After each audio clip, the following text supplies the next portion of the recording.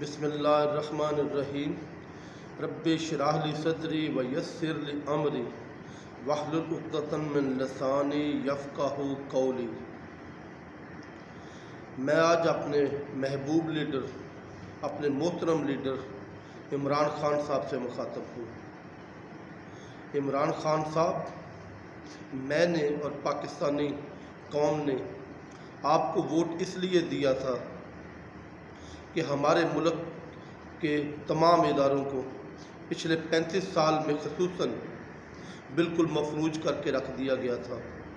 ان کی کارکردگی آن the ground ہمارے معاشرے میں بالکل زیرو ہو کر رہ گئی تھی۔ ان محکموں کا کام عوام کے مفادات کا تحفظ تھا، میرے مفادات کا تحفظ تھا۔ انہوں نے میرے اور عوام کے مفادات کے تحفظ کو چھوڑ کر مافیاز کے مفادات کا تحفظ شروع کر دیا تھا۔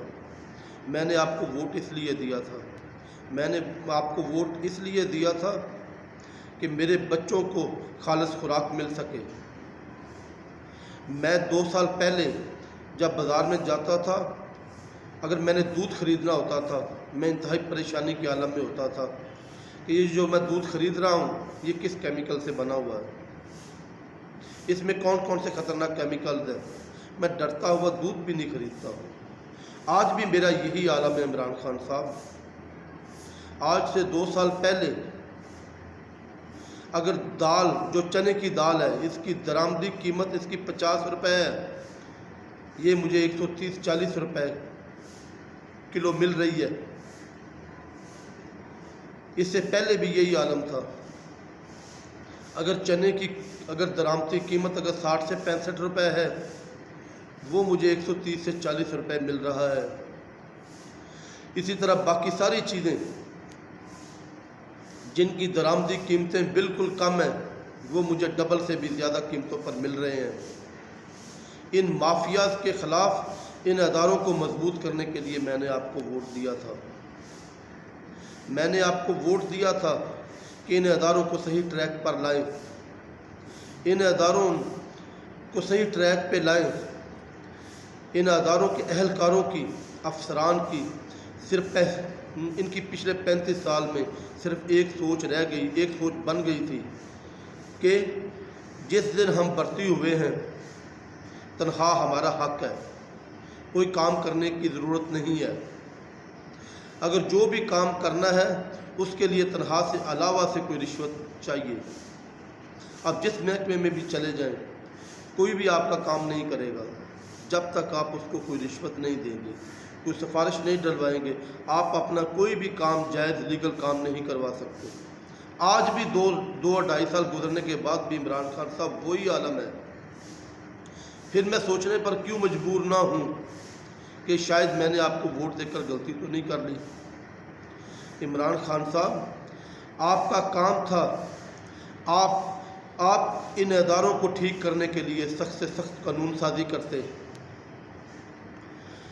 آپ ان اداروں کے کرپٹ افسران کی، جن کے اندر یہ کرپشن خون کی طرح رچ بس چکی ہے، جن کے اخراجات انتہائی شاہانہ ہو چکے ہیں، جن کی طرحوں میں ان کے اخراجات پورے نہیں ہو سکتے، کرپشن ان کی مجبوری بن گئی ہے، کرپشن خون کی طرح ان کے جسموں میں گردش کر رہی ہے۔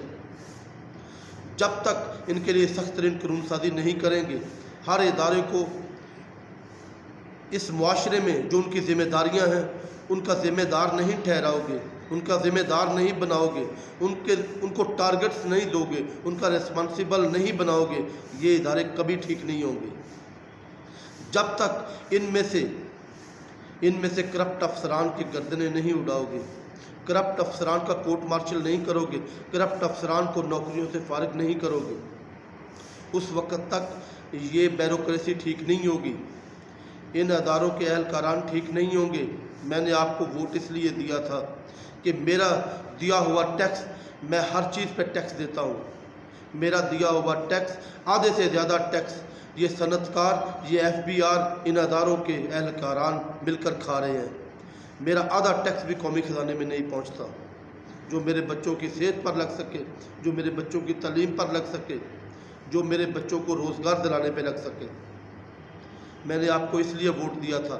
آج بھی بدقسمتی سے ہمارے ٹیکس کلیکشن کی وہی ریشو ہے، اسی طرح صنعت کار FBR کے نمائندوں کے ساتھ مل کر میرا دیا ہوا ٹیکس کھا رہے ہیں۔ آج بھی تمام اداروں کی وہی کارکردگی ہے۔ پولیس کی کارکردگی دیکھ لیں، ریونیو کی کارکردگی دیکھ لیں، صرف فائلوں کی حد تک ہے۔ اس میں کہیں بھی کوئی بھی مجھے تبدیلی نظر نہیں آ رہی۔ اگر آپ نے ان اداروں کو ٹھیک نہ کیا تو پھر اس ملک کی عوام، ایک عام شہری یہ سوچنے پر ضرور مجبور ہو جائے گا کہ شاید میں نے آپ کو ووٹ دے کر غلطی تو نہیں کی۔ آپ ان لوگوں کا احتساب کریں، ان اداروں کو ٹھیک کریں، ان اداروں نے ان کا احتساب کرنا ہے۔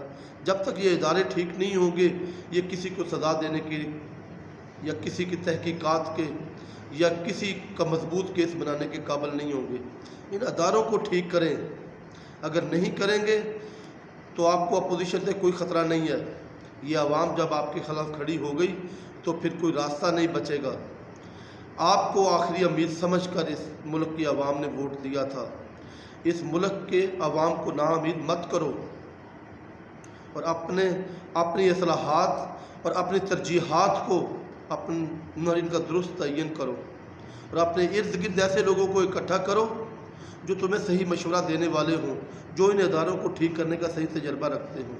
اللہ میرا اور اس ملک کا چاہنے والوں کا حامی و ناصر ہو۔